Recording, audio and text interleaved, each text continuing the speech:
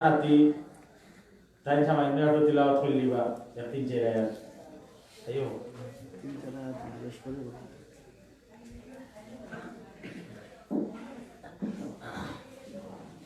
Assalamualaikum warahmatullahi wabarakatuh. Waalaikumsalam. A'udzu billahi minasy syaithanir rajim. Bismillahirrahmanirrahim. Ya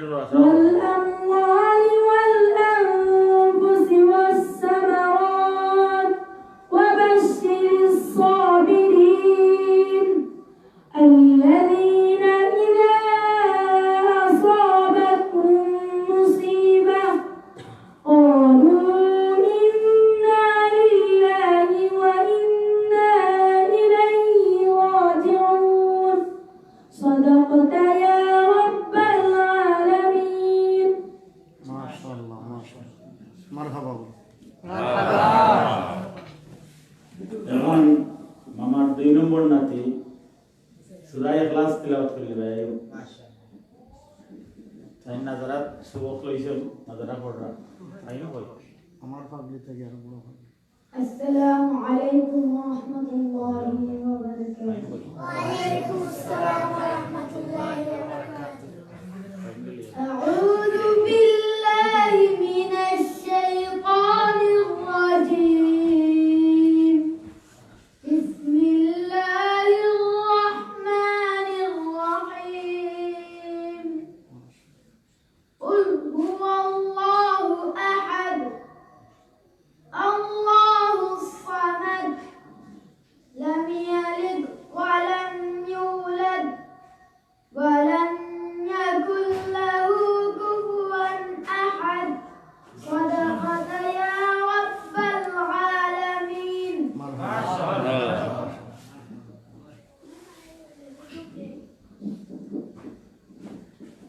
Mulai dari yang ada sana. Hai 3 নম্বর ya memang itu ayo তাই সূরা ইয়াসিন তিলাওয়াত করিয়া আজকের মাহফিল শুরু হইছে নাজরা শেষ করিয়া হিফজ ইয়াসিন পড়ছেন 3 দিন মনে হয় মুখস্থ হয়ে গেছে তারা এরপরে সবক চলে এখন আও গরফুল জোরালান ঘুমতে তুমি আমি আমার পড়াই। السلام عليكم ورحمة الله وبركاته. أعوذ بالله من الشيطان الرجيم. بسم الله الرحمن الرحيم. تبارك الذي بيده الملك وهو على كل شيء قدير الذي خلق الموت والحياة ليبلوكم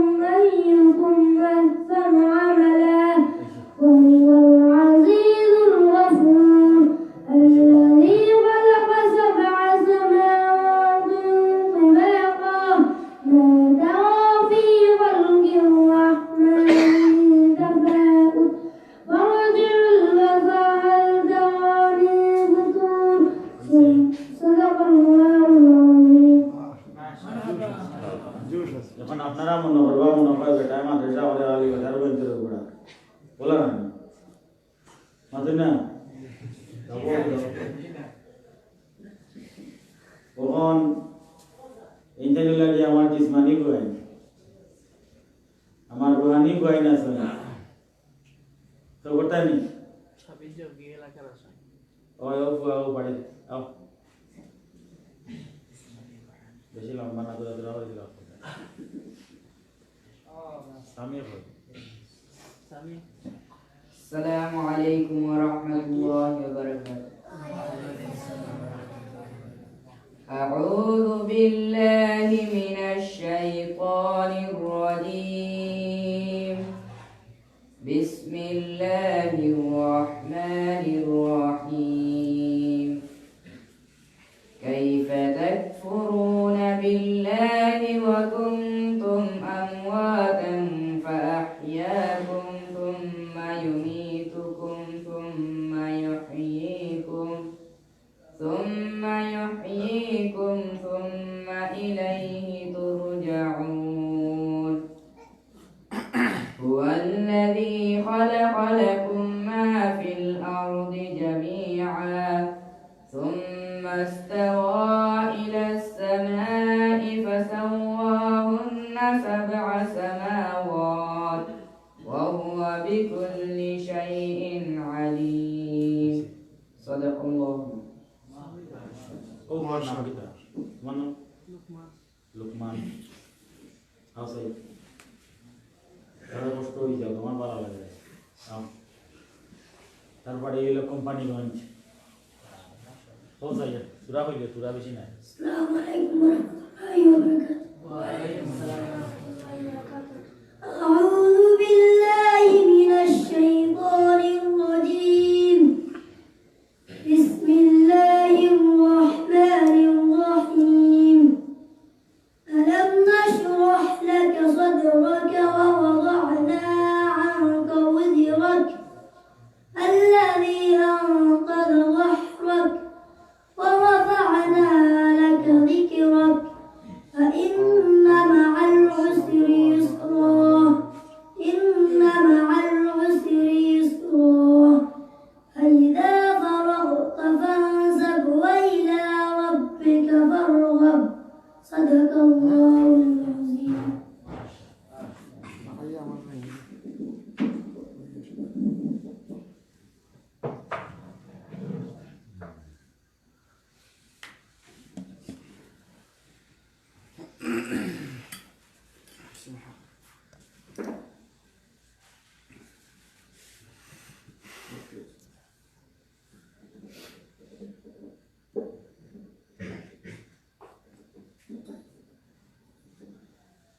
السلام عليكم ورحمة الله وبركاته.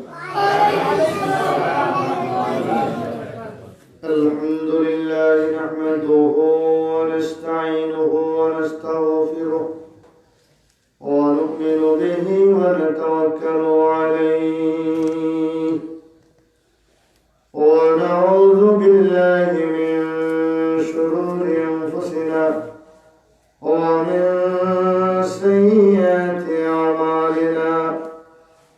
من يهده الله فلا مضل له ومن يضلله فلا هادي له. ونشهد أن لا إله إلا الله وحده لا شريك له. ونشهد أن محمدا عبده ورسوله. أما بعد فقد قال تبارك وتعالى في كتابه القديم: ومن يعمل سوءا أو يظلم نفسه ثم يستغفر الله يجد الله توابا رحيما. وقال النبي صلى الله عليه وسلم: كل بني آدم خطاء وخير الخطائين التوابون.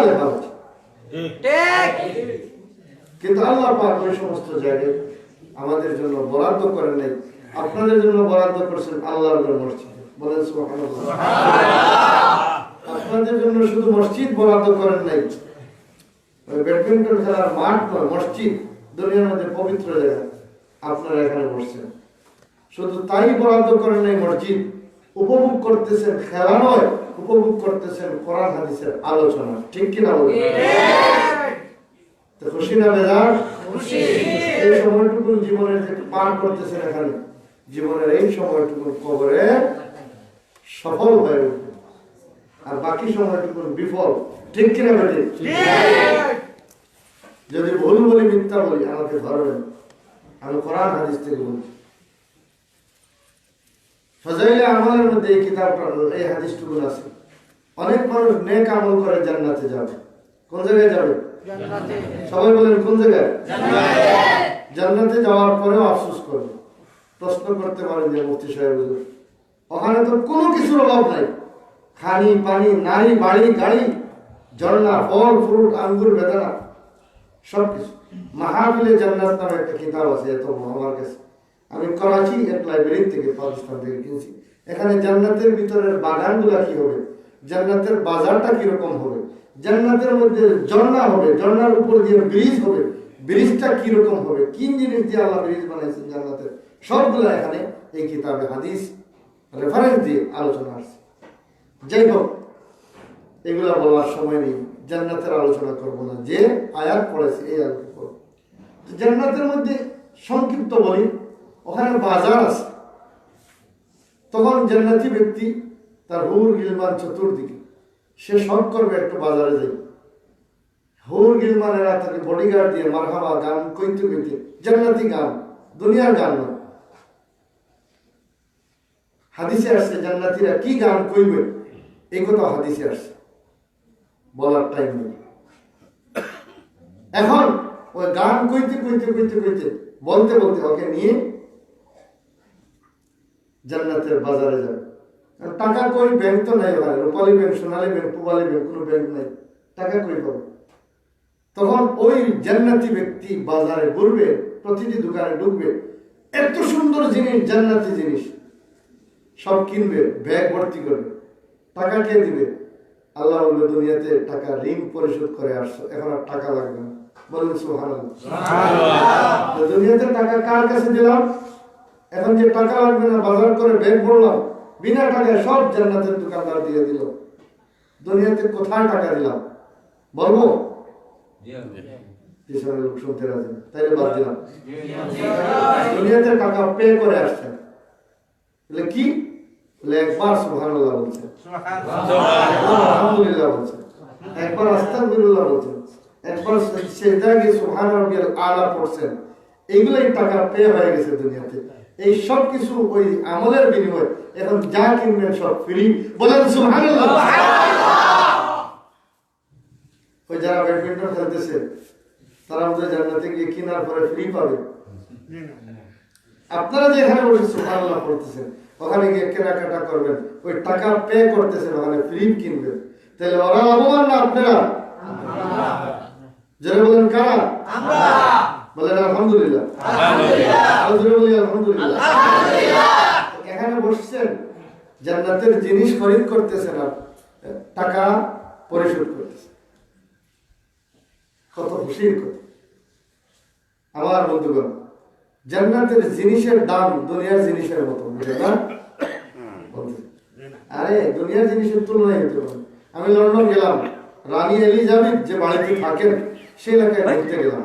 একটা নদী আছে আমাদের সুরমা নদীর মতো, ওই নদীর নাম টেমস নদী। টেমস নদীর পাড় দিয়ে ব্রিজ আছে, সুন্দর ব্রিজ, এত সুন্দর ব্রিজ, বিশাল ব্রিজ, আমাদের সিলেটের সুরমা ব্রিজের চাইতে আরো লম্বা, আরো হেভি, অনেক মজবুত। ব্রিজে উঠলে অনেক রকমের লাইট জ্বলে, এটা কল্পনা করা যায় না যে মানুষের হাতে এরকম তৈরি করতে পারে। তাইলে জান্নাত কিরকম হবে? সুবহানাল্লাহ। তাহলে এই ব্রিজ যখন এখানে জাহাজ যাইতে চায়, তখন ব্রিজটা নিচু, জাহাজ লেগে যায় ব্রিজে, তখন জাহাজ পাড়ি দিবে কেমনি?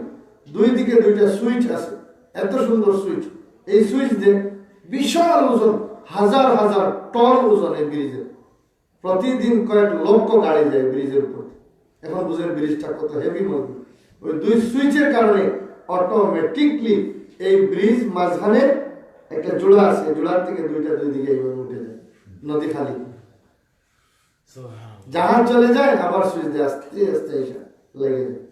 মনে হয় যেন একটা বাঁশের কঞ্চার মতো হালকা, কিন্তু হাজার হাজার টন ব্রিজের উপর। এই যদি দুনিয়ার মানুষের ব্রেন দিয়ে এরকম বানাতে পারে, আল্লাহ তাআলা জান্নাতে যে ব্রিজটা বানাচ্ছেন সেটা কিরকম হতে পারে বিশ্ব মূল্যে অনুমান করেন। সুবহানাল্লাহ। আমি নিজের চোখে দেখে এসেছি। নিউ কাসেল একটা টাউন আছে, সিটি, ওখানে একটা ব্রিজ আছে, আই ব্রিজ। আই ব্রিজ মানে এই ব্রিজের ফ্ল্যাটটা হলো আই মানে চক্ষু, ব্রিজ তৈরি। এই চোখ, ব্রিজের নামটাই চোখ। কিরকম? এই ব্রিজে একটা টানা রশি দিছে, রশিটা হলো চোখের যে এই যে কালো চুলগুলো আছে চোখের বুরুর উপরে, এই বুরু দিয়ে রশি। আর ব্রিজের ফ্ল্যাট যেটার উপর দিয়ে গাড়ি যায়, চোখের যে আমরা পাতি মারলে পর্দাটা উঠে না, এইটার মতো হলো ব্রিজের, সম্পূর্ণ চোখের মতো ব্রিজটা। আর ওই যে রশি, অনেক রশি দিয়ে ঝুলাই রাখছে, ঝুলন্ত ব্রিজ।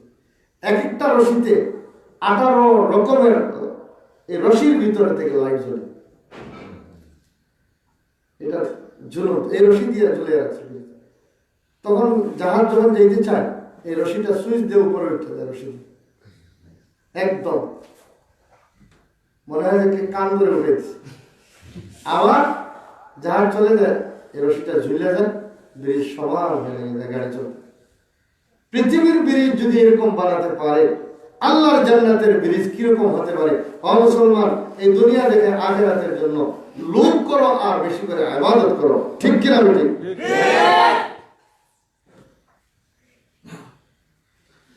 সুতরাং আমি যে আলোচনা করবো বেশিক্ষণ করবো না, রাত্রে অনেক হয়ে গেছে, 10টায় শেষ হওয়ার কথা।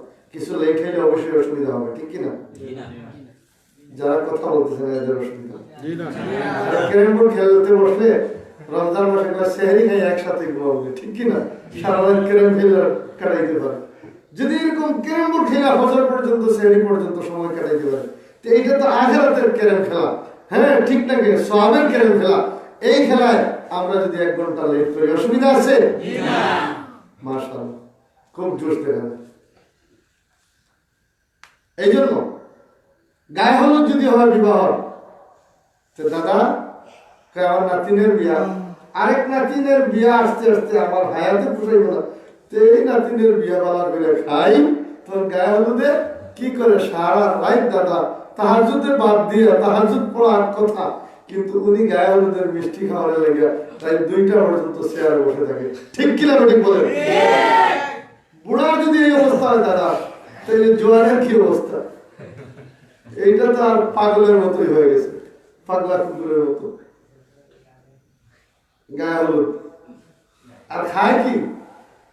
স্টেজে বইলো আর ক্যামেরাম্যান ফটো তুললো, আর একটা মিষ্টির 10 ভাগের 1 ভাগ একটু চামচের আগা দিয়ে এটা কাইটা তার মুখের মধ্যে দিল। ছোট্টবেলা যেভাবে সে খাইতে জানে না, 6 মাসের শিশু বাচ্চা, মায়ের যেভাবে চামচ দিয়ে লেই তার মুখের মধ্যে উঠে দিত, সেই দিন গায়ের মধ্যে শিশু বাচ্চার মতো হয়ে যায়। মিষ্টির করে একটু চামচ দিয়ে কাইটা তার হাতে খাওয়ার শক্তি নেই, হা করে এরকম বগার মতো, সারবাটির বাচ্চার মতো, আর আরেকজনের মুখের ভিতরে ঢুকা, আর এইটা হা করে শুয়ে শুয়ে খায়। এইটা গায়ে হলো নতুন কিছু। এই শয়তানি কাজে যদি 3টা পর্যন্ত কাটাইতে পারে, দিনের কাজে কেন 12টা পর্যন্ত কাটাইতে পারবো না? রাজি আছি মুসলমান? জুসে না হুসে? জুসে। সুতরাং আবার শাসাত্ম বোন খালাত্ম বোন এগুলো বললে তো অনেক কিছু, অনেক এলাকার মহিলারা নারাজ হয়ে যাবে। শাসাত্ম বোন খালাত্ম বোন গায়ে হলুদের অনুষ্ঠানে আসে, এই দিন একটু ভালোভাবে পরিপাটি করে, যাতে কেউ না চাইবার হলে ভালোভাবে ছায়, ঠিক কিনা? নষ্ট হয়ে গেল। তাও বিবাহিত না অবিবাহিত চিন্তা করেন, বিবাহিত বুড়ি যিনি, তিনি এই দিন সাজে গুজে না, ওনার দিকে কেউ চাইবো না সাজলে এরপরেও। আর যাদেরকে চাইবো না সাজলো, এরা চাওয়ানোর জন্য ভালোভাবে বিউটি পার্লারে গিয়ে সাইজা গায়ে হলুদের চেয়ারে বসে বৈশা মামাতো ভাই খালাতো ভাইয়ের হাতে সে মিষ্টি খায়, ঠিক কিনা? তোমার মিষ্টিটা কাইটা চামচের আগা দিয়া মামাতো ভাই খালাতো ভাইয়ের মিষ্টিটা তার মুখের মধ্যে দিচ্ছে, কিন্তু মিষ্টির দিকে না তাকাইয়া আসল মিষ্টির চেহারার দিকে তাকাচ্ছে, ঠিক কিনা? এই গায়ে হলুদের অনুষ্ঠানের জন্য জোয়ান পোলাপান যদি পাগল হয়, কিন্তু ওয়াজ মাহফিল সেখানের জন্য জোয়ান পোলাপান পাগল নয়। কারণ কি? ইমানের মধ্যে ক্যান্সার হয়েছে, ঠিক কিনা? কি হয়েছে? কোন জায়গায়? শরীরে না ইমানে? তাহলে শরীরে ক্যান্সার হইলে ক্যান্সার হসপিটালে যাওয়া হয়, ইমানে ক্যান্সার হইলে ক্যান্সার হসপিটাল হইলো ওয়াজ মাহফিল, এখানে যাওয়া হয়। একজন এখন ঠিক আর বাকি রাখার ঠিক কিনা বলেন? আমার বন্ধুগণ, এই যে চিকিৎসা হচ্ছে যেখানে আসছেন, এটা ইমানের ক্যান্সার, অর্থাৎ গুনাহ নামক ক্যান্সার যা হয়েছে, এই ক্যান্সারের চিকিৎসা এই ওয়াজ মাহফিলে দিনের কথা শুনে এর ওষুধ মেডিসিন ইমান সুস্থ করার জন্য ইউজ করা হচ্ছে। সত্য না মিথ্যা? সুতরাং এর মধ্যে আরেকটি ক্যান্সারের রোগ হলো, মানুষ গুনাহ করার পরে অন্তরে যখন গুনার ময়লা লেগে যায়, তখন এই ক্যান্সার রোগ চিকিৎসা আরেকটা হলো তওবা। কি? আমাদের দেশে তওবা করে অনেকে। যাই হোক, এজন্য মা বোনরা নারাজ হবেন না। এবং আরেকটি কথা বলে দেই, এটা হলো গায়ে হলুদ বিয়ের আগের দিন, আর বিয়ের দিনের অবস্থা ভালো খারাপ, ঠিক কিনা বলেন? জামাইবাবু আসবে, আইসে যখন বসবে পরের দিন বিয়ার অনুষ্ঠান, বরযাত্রী সবাই গেছে, টেবিলে বইয়া ভালোভাবে খাইতেছে, যে যা পারে, আর জামাইবাবুর জন্য খাওয়ান দেন কয়েকটু পরে। বলে কেন? আপনার জন্য আলাদা একটা থাল। সেই থাল, এই থাল অবশ্য সুন্নতি থাল, তাবলিগি থাল, ঠিক কিনা? তাবলিগি গিয়ে দেখছেন না, বড় থালের মধ্যে কয়েকজনে খায়, ওই সেই সুন্নত তাবলিগি থাল, কিন্তু সুন্নত নয়, তাবলিগি থাল নয়, ডিজাইন তাবলিগি থাল, কিন্তু এটা সুন্নত নয়, এত বেদাত নয়, এটা হারাম। কিভাবে?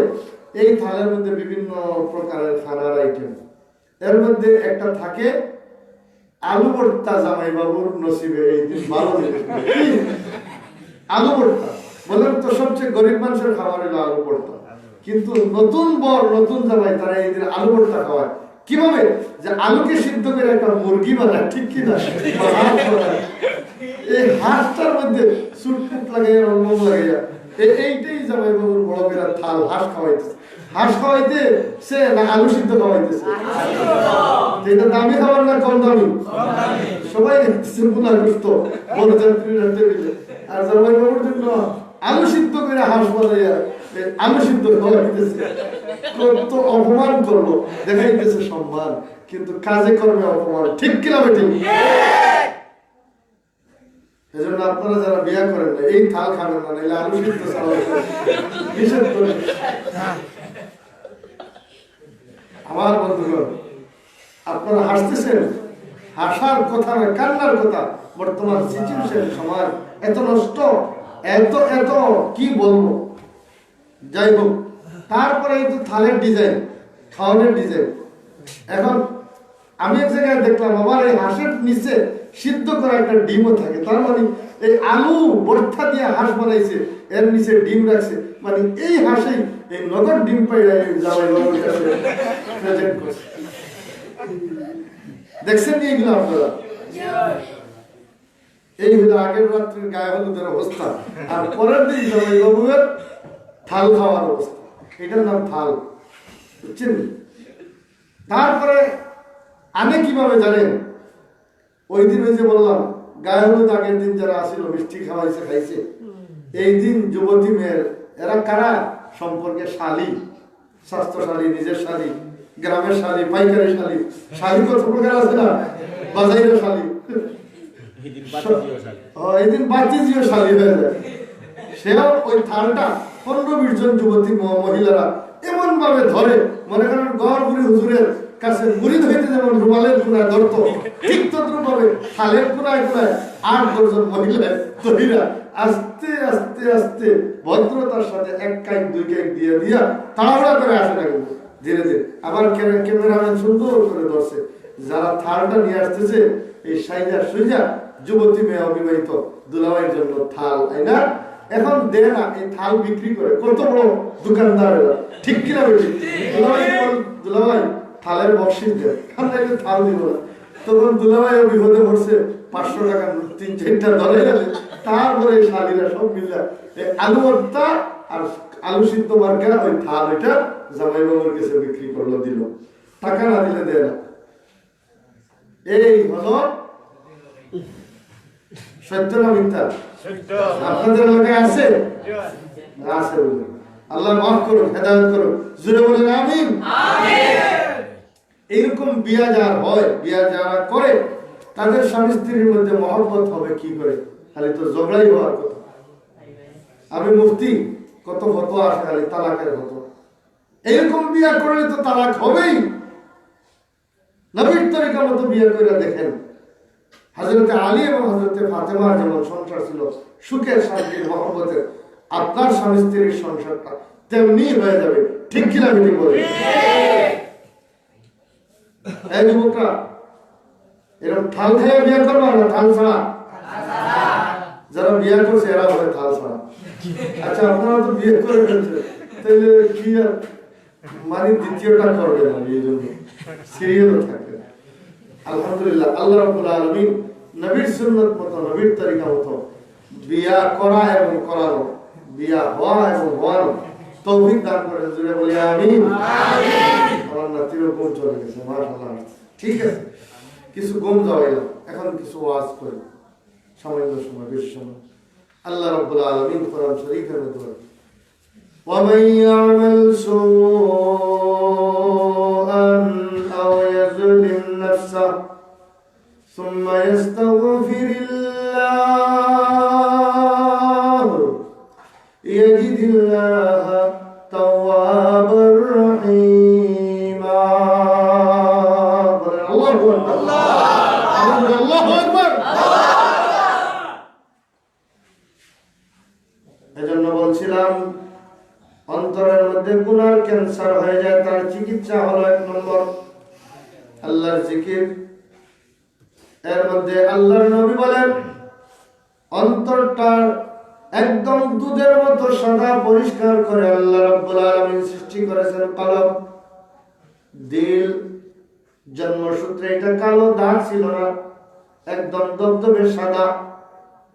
কিন্তু বান্দা যখন একটা গুনাহ করে, ওই সাদা অন্তরের মধ্যে একটা করে দাগ পড়ে, দ্বিতীয় গুনাহ 2টা দাগ, 3 নম্বর গুনাহ করার পরে তৃতীয় আরেকটা দাগ। মনে করেন একটা সাদা পাঞ্জাবি পরেছেন বা একটা টুপি, এটার মধ্যে যদি ছিটরি পড়ে, কালো দাগ পড়ে, সাদাটার মধ্যে দাগটা পড়লে যেমন বাসে 1টা 2টা 10টা 20টা বেশি দাগ হইলে পরে সাদা কাপড়ের রংটা সাদা থাকে না, কালো দাগের পরিবর্তনের কারণে কালো মার্কা হয়ে যায়। ঠিক কিনা? ঠিক তদ্রূপভাবে এমন একটি সাদা কাপড়ের মধ্যে দাগ পড়তে পড়তে যেমন কালো পরে রূপান্তরিত হয়ে যায়। আল্লাহর নবী বলেন, আমি বলি না, সাদা অন্তরটার ভিতরে গুনাহ করতে করতে, গুনার দাগ পড়তে পড়তে অন্তরের অবস্থা এমন হয়ে যায়, অন্তরটা সাদা থাকে না, সম্পূর্ণ কালো। এখন কালো যখন পড়ে, তারপরে আরো যখন গুনাহ করে, তখন কালোর উপরে আবার কালো, এর উপরে আবার কালো। কালো হতে হতে অন্তরের চতুর্দিকটা এমন হয়ে যায়, সমস্ত অন্তরটা কালো গুনার দ্বারা বেষ্টন হয়ে যায়। তখন আবার কান দিয়া যখন আল্লাহর দ্বীনের কথা শুনে, তখন এই দ্বীনের কথা কানের ছিদ্র দিয়ে ঢুকে, তারপরে অন্তরের মধ্যে যখন স্থান পাইতে চায়, যেহেতু কালো গুনার দাগের কারণে অন্তরটাকে আবৃত করে ফেলছে, তখন এই নেক কথাটা অন্তরের মধ্যে আর স্থান পায় না। ঠিক কিনা বলেন? মনে করেন আপনি যদি চামড়ার একটা মোজা পরেন, পানি দিয়ে হাঁটলে পরে চামড়ার মোজার কারণে পায়ের মধ্যে পানি পৌঁছবে না। ঠিক তদ্রূপভাবে চামড়ার মোজার কারণে যেমন ভাবে চামড়া ভেদ করে পায়ের চামড়ার ভিতরে পানি পৌঁছে না, তেমনি ভাবে গুনার চামড়ার দাগ চতুর্দিকে অন্তরের মধ্যে বেষ্টিত, সুতরাং এখন ভালো কথা, এই গুনার চামড়ার বেষ্টিত এটা ছিদ্র করে ওই অন্তরের ভিতরে এই নেকির কথা যায় পৌঁছে না। এজন্য বান্দা ওয়াজ শুনে ওয়াজে আসর করে না, দিনের কথা শুনে দিনের উপর চলে না, কারণ অন্তরের ভিতরে দিনের কথা নিয়ে পৌঁছে নাই, শুধু কান দিয়ে শুনছে। ঠিক কিনা বেঠিক? না পৌঁছার কারণ কি? গুনাহ করতে করতে অন্তরের মধ্যে দাগ বসে যাওয়ার কারণে এখন এই দাগ ভেদ করে ছিদ্র করে ওই পর্যন্ত নেকির আমলটা পৌঁছতে পারে না, বিধায় এটার দ্বারা কোনো ফলপ্রসূ হয় না। ও আমার বন্ধুগণ, এখন কিভাবে দাগটা পরিষ্কার করতে হয়?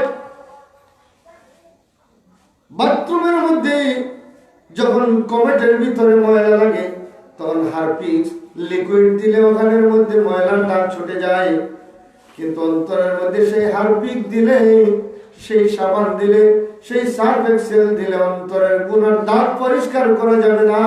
তাহলে কোন জিনিস দিয়ে অন্তরের গুনার দাগ পরিষ্কার করবেন? এই জন্য আমার নবী শিখিয়ে দিয়েছেন কয়েকটি আমল, এর মধ্যে একটি হলো আল্লাহর জিকির। সুবহানাল্লাহ। দ্বিতীয় নম্বর হলো কবরের ফিকির, 3 নম্বর হলো কোরআনে কারিমের তেলাওয়াত, 4র্থ নম্বরে হলো বেশি করে তওবা। বলেন সুবহানাল্লাহ।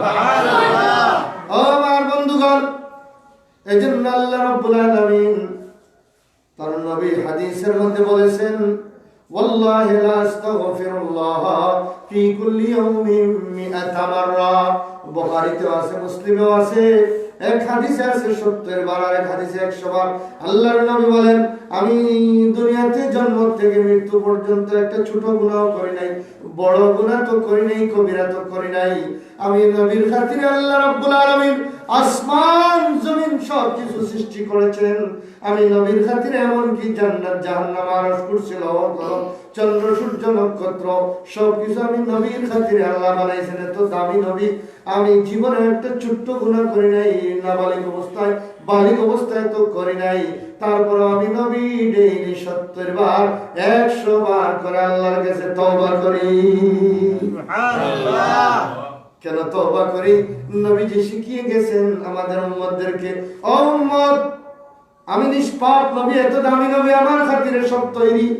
তারপরে আমি যদি 100 বার করে তওবা করতে পারি, তাহলে তুমি পাপী, তোমার খাতিরে গাছের একটা পাতাও বানানো হয় নাই, তোমার খাতিরে একটা পিপিলিকাও বানানো হয় নাই, তুমি এত দামি নাই, তুমি সবসময় গুনাহ করতেছো শ্বাস প্রশ্বাস। তাহলে আমি নবীর দিকে চাইয়া দেখো, তুমি প্রতিদিন কতবার করে তোমার গুনার জন্য তওবা করা দরকার, এটা তোমার বিবেক খাটাও। ঠিক কিনা বলে? এই জন্য আল্লাহর নবী বলেন, ওয়াল্লাহি লা আস্তাগফিরুল্লাহ ফি কুল্লি ইয়াউমিন 100 মাররা। আমি রাসূল আল্লাহর কসম খায়া বলি, ওয়াল্লাহি, এই ওয়াল্লাহির মধ্যে ওয়াইটা কসমের অর্থ দেয়। আমি আল্লাহর কসম খেয়ে বলি, প্রতিদিন আমি নবীজি 100 বার করে তওবা করি। এজন্য মুসলমান আমরা গুনাহগার, যত বেশি পারি তওবা। আমাদের দেশের তওবার পদ্ধতি হলো, গুনাহ করলে গালের মধ্যে সর দিয়ে আবার তওবা তওবা, এটা বিলাই তওবা। ঠিক কিনা? তওবা করতে হলে গালের মধ্যে থাপ্পড় মারা লাগবে না, তওবা করতে হলে জবান দিয়া তওবার নিয়তে আল্লাহর কাছে নিজেকে লজ্জিত সাব্যস্ত করে গুনাহ মাফির উদ্দেশ্যে আস্তাগফিরুল্লাহ এই বার একবার বললে একটা তওবার সওয়াব। সুবহানাল্লাহ। আমার বন্ধুগণ, তাও যদি না পারেন, কমপক্ষে প্রতিদিন রাত্রে ঘুমানোর সময় বালিশে যখন মাথা লাগাবেন, ডান দিকে শুয়ে এই গালের মধ্যে হাত লাগিয়ে এইভাবে শুইয়া ঘুমানোর আগে এইভাবে শুয়ে অবস্থায় আল্লাহকে বলবো, আল্লাহ, আজকে সকালবেলা ঘুম থেকে উঠছিলাম, আবার ঘুমের ঘরে যাচ্ছি, সারাদিনে যত গুনাহ করলাম সমস্ত গুনার জন্য আমি শর্মিন্দা, তোমার কাছে মাপ চেয়ে শোয়ার সময় তওবা করে ঘুমালাম। যদি রাত্রিতে আমি মারা যাই, আমাকে তওবাকারী হিসেবে সমস্ত গুনাহ মাফ করে দিয়ে নিষ্পাপ করে তুমি আমার মৃত্যু দিও। আল্লাহর নবী বলেন, এইভাবে ঘুমানোর সময় যদি কোনো লোক তওবা করে রাত্রে বেলা ঘুমায়, আর ওই রাত্রিতে তার মৃত্যু হয়ে যায় ঘুমের ঘরে, কিয়ামতের দিন তওবাকারী হিসাবে নিষ্পাপ হয়ে হাশরের ময়দানে উঠবে। পারবেন তো ইনশাআল্লাহ? এটা তো সহজ, পয়সা লাগবে না, সময়ও বের হবে না, মাটি কাটার মতো কষ্ট পরিশ্রম হবে না, শুধু মুখ দিয়ে শুয়ে শুয়ে এই কথা বলে ঘুমালেই তওবা করে তওবার সওয়াব পেয়ে যাবেন তওবাকারী হিসেবে।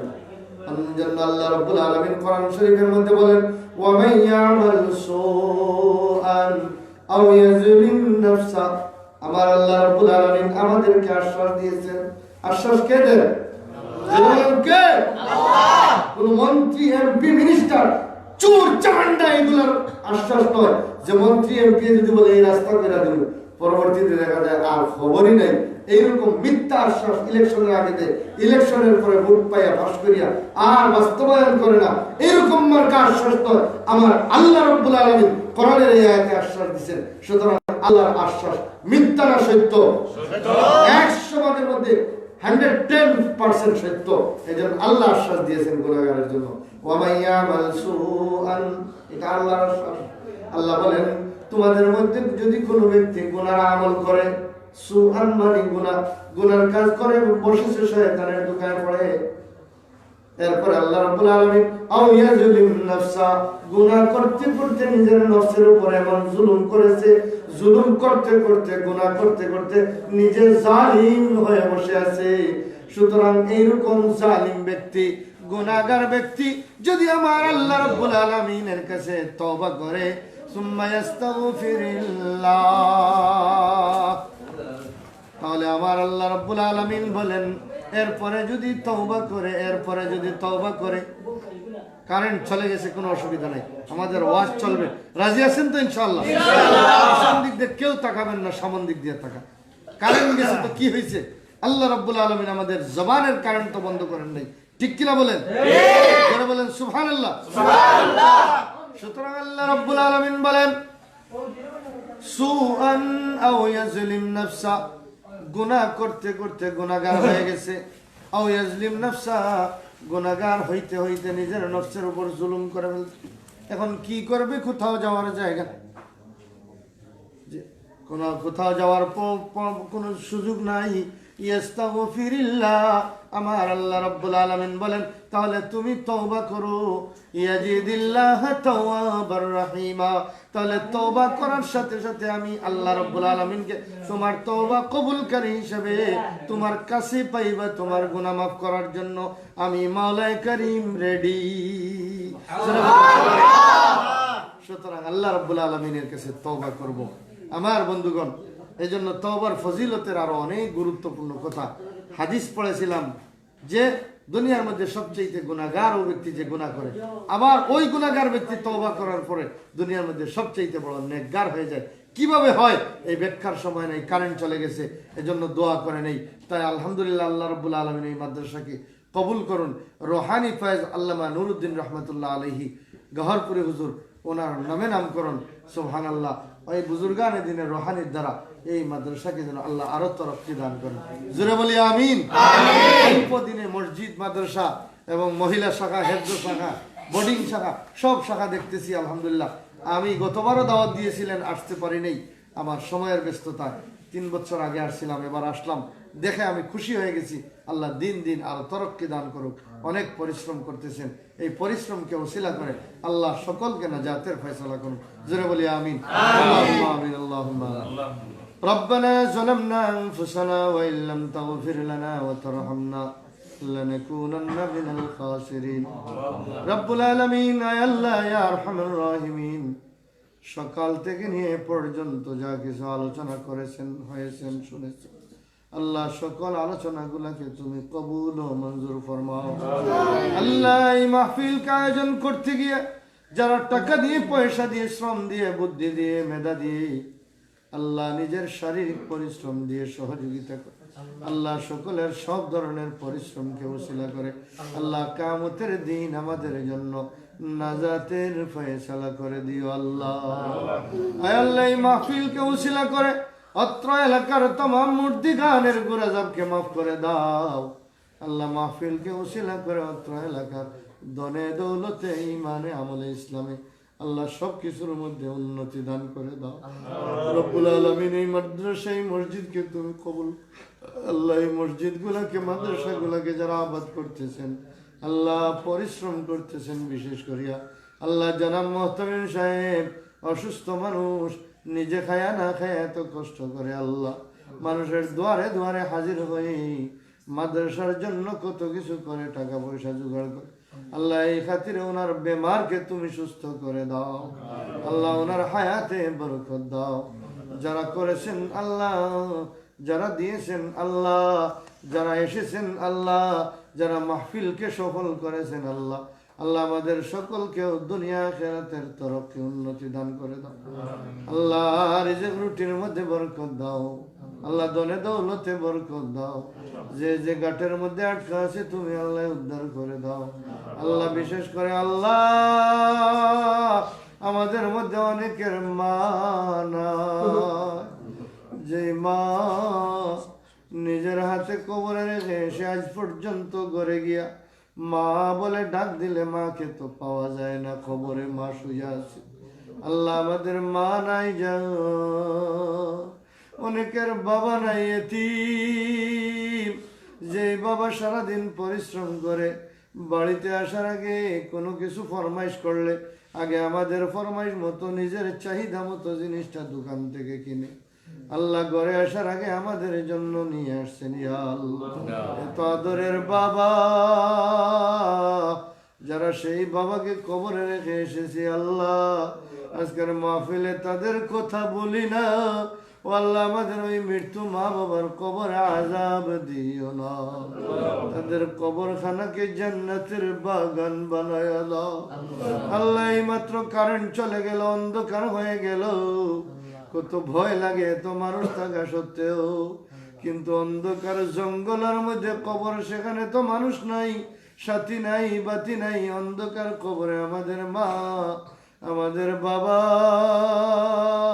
আমাদের দাদা, আমাদের দাদি, আমাদের নানা, আমাদের নানি, আমাদের ফুফু ফুফা, আত্মীয় স্বজন যারা কবরে আল্লাহ, তাদের কবরকে জান্নাতি নূরের লাইট জ্বালাইয়া ওই কবরকে আল্লাহ জান্নাতের বাগান বানায়া দাও, জাহান্নামের আগুনের ঘর বানায় আল্লাহ। ও আল্লাহ, তাদের কবরখানা নবীজির কবরের সাথে সংযোগ বানায়া দাও, তাদের কবর জান্নাতের সাথে সংযোগ স্থাপন করে দাও, জাহান্নামের সাথে ওই কবরগুলোর সংযোগ তুমি আল্লাহ বিচ্ছিন্ন করিয়া দাও। দুনিয়ার আগুন সহ্য হয় না, আগুনের মধ্যে একটু তেল গরম করলে তেলের এক ছিটা আল্লাহ শরীরের চামড়ায় পড়লে চামড়া পুড়ে যায়, হাউমাউ করে চিৎকার করতে থাকে গরম তেল শরীরে লাগলে।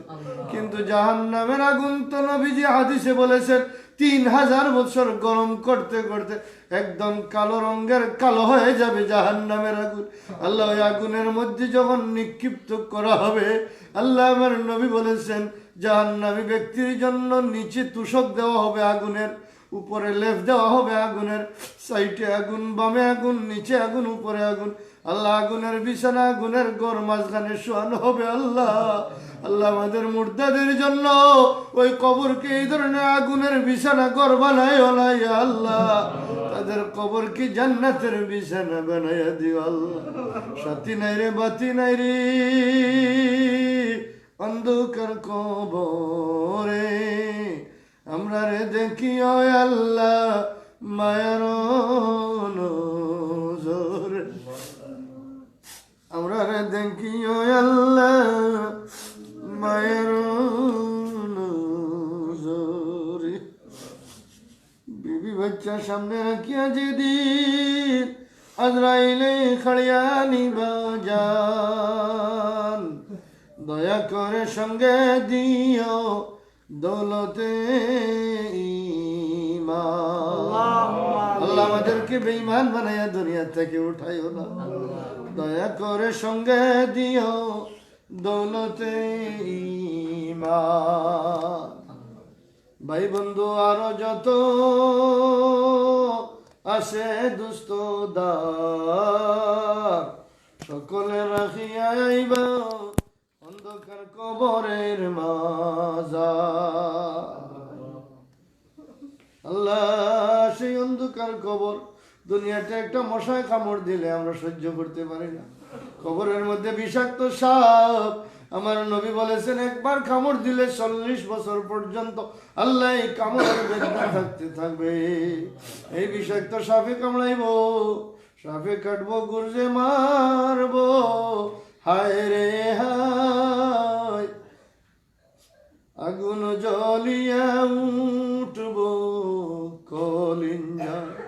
আল্লাহ এই কবরের আযাব থেকে আমাদেরকে মাফ করে দিও আল্লাহ।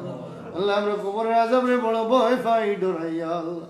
আল্লাহ আমাদেরকে তুমি কবরের আযাব দিও না। আল্লাহ আমাদের মূর্তিকানদেরকেও কবরের আযাব মাফ করে দাও।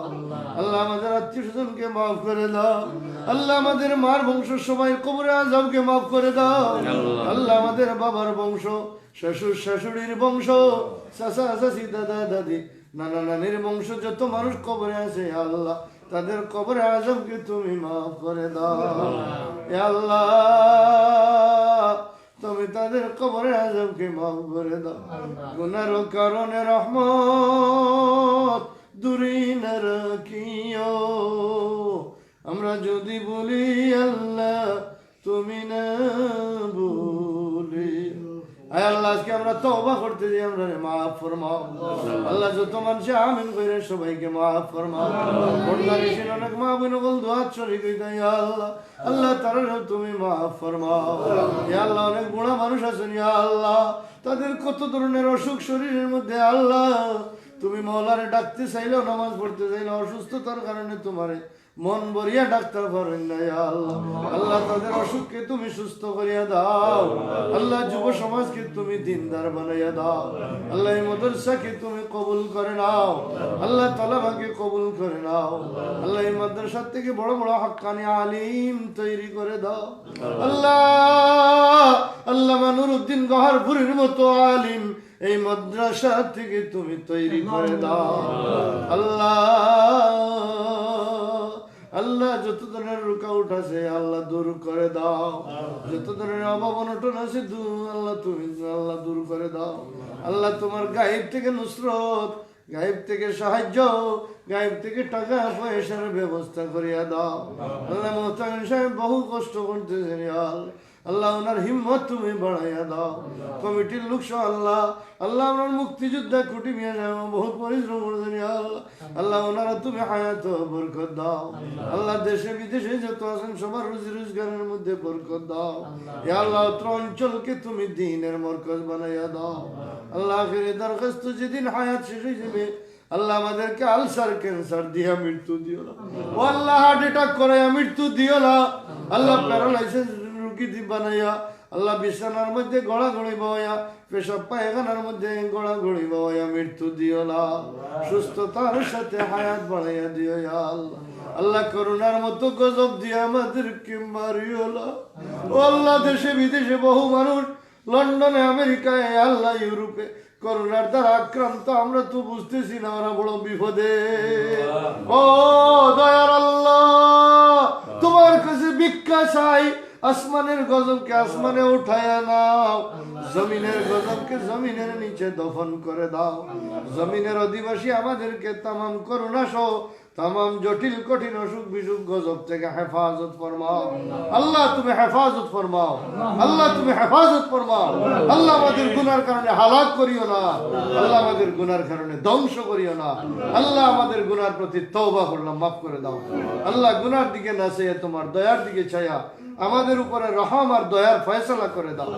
গজবের ফয়সালা যদি হয়ে থাকে আল্লাহ এটাকে তুমি দূর করে দাও। ইয়া আল্লাহ আমাদের ফ্যামিলি খানদান আত্মীয় স্বজন যত দেশে বিদেশে আল্লাহ সবাইকে তুমি শিফা দান করে দাও। আল্লাহ সবাইকে সুস্থতার জিন্দেগি দান করো। যার যত দিলের নেক হালাল আশা আছে আল্লাহ সবগুলা বৈধ আশাকে পুরা করে রব্বুল আলামিন।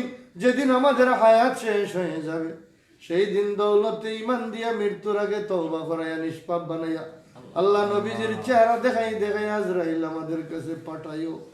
এই অবস্থায় ঈমানের হালতে রূহ বের করিয়া দিও। সেই সময় আমাদের জবানের মধ্যে জারি করিয়া দিও লা ইলাহা ইল্লাল্লাহ